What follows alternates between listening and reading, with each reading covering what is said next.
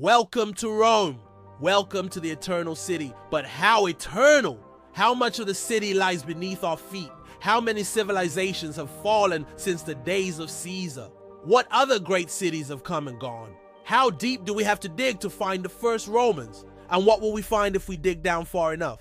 Deep beneath the Italian capital, archaeology meets mythology. Many believe Rome was founded in 753 BC. The traditional date pins the city's origins to the she-wolf that nursed Romulus and Remus to the Seven Hills, where they settled to the twin brothers who fought over the future of their settlement to the first citizens of this newborn Rome. Legend speaks of a king named Numa Pompilius who brought order and laws. The city grew, conquered neighboring settlements, then learned to manage its own expansion. Because at some point, the myths give way to the facts.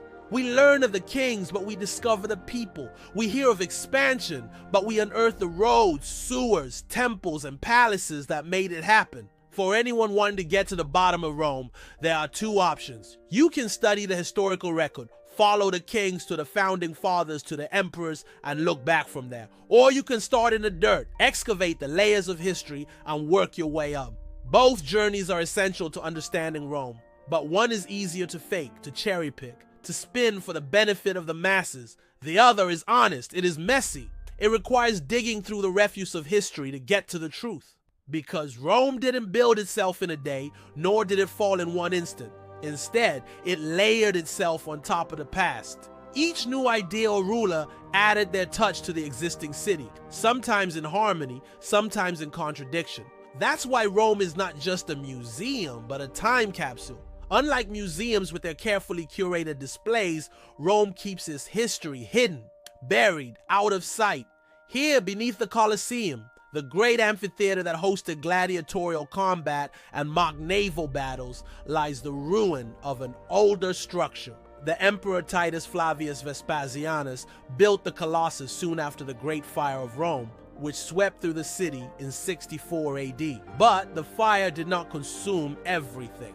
Among the rubble, a statue of the goddess Minerva survived intact. So when the emperor stood atop the Colosseum at its opening ceremony, he could point to that lone statue and declare that this too was Rome. His message was clear. The past may be buried, but it's not forgotten. If you want to know what happened before the Colosseum, you have to dig for it. Archaeologists have found evidence of a much older Rome beneath the modern city. Remains of buildings from the early Republic, from as far back as the 6th century BC. But finding foundations isn't enough. To tell the story of Rome, you have to understand the people who lived here. How did they eat? Where did they shop? What did they believe? Excavating the Regina Cemetery in the 1930s, archaeologists unearthed a tomb that changed how we understand ancient Rome. Inside, they found frescoes depicting scenes from Roman daily life, including a banquet with figures from Greek mythology. On another wall, a funeral procession wound its way toward the afterlife.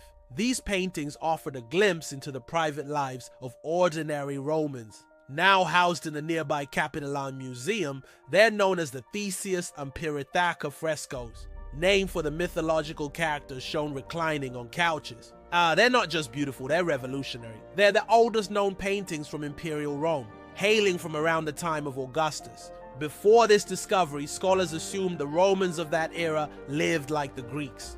But these frescoes showed the true evolution of Roman culture. They had adopted Greek art and ideas, but created something uniquely their own.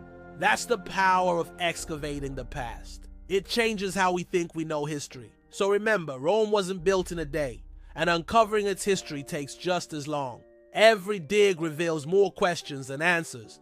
Every fresco adds new details to the life of a long-dead Roman. And every artifact reminds us that these were real people, not just names in a textbook. Who were these people? What did they think, dream, and fear? What did it feel like to live in a city that never slept, that consumed the Mediterranean? How did the Romans view their place in the universe? These questions drive archaeologists. They delve into the artifacts to bring the past back to life.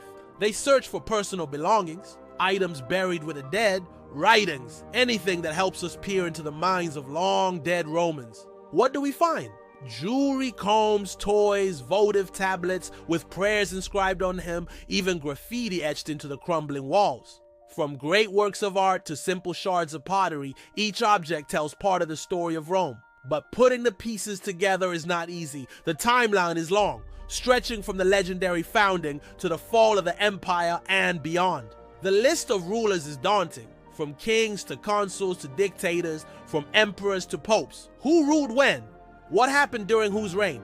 The challenge is daunting, but historians have pieced together an epic tale. So if you want to get to the bottom of Rome, start at the top with the legends and myths, then follow the trail through the centuries. The good news is you won't be on your own. Rome's history is filled with unforgettable characters, larger-than-life individuals who played pivotal roles in shaping the city.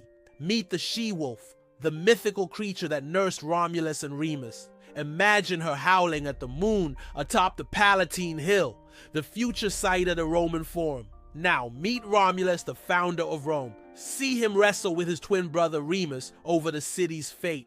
Next, encounter Marcus Furius Camillus, the legendary figure credited with saving Rome from a Gallic invasion in 390 BC. Picture him rallying the citizens, driving back the invaders, and establishing Rome's dominance in Italy. But Rome's story doesn't end there. Meet Augustus, the first emperor of Rome. Witness his transformation of the Roman state, ushering in an era of peace and prosperity. Finally, meet Hadrian, the emperor who shaped Rome's cultural landscape. See him visit the city in 123 AD and commission extensive renovations and construction projects. In his image, these larger-than-life characters come to life before your eyes, breathing stories of courage, ambition, power struggles, and more. Their deeds and rivalries shaped Rome, setting the stage for its rise to glory and eventual decline. You can witness all this by visiting Rome, but to truly understand it, you have to dig deeper. Head to the catacombs where early Christians found refuge and buried their dead. Descend into the Mithraeum, a hidden temple dedicated to the god Mithras, and explore the Domus Aurea, the opulent palace of Emperor Nero. Uncover artifacts in museums like the Capitoline and Vatican museums. Read about recent excavations on the Forum and Palatine Hill.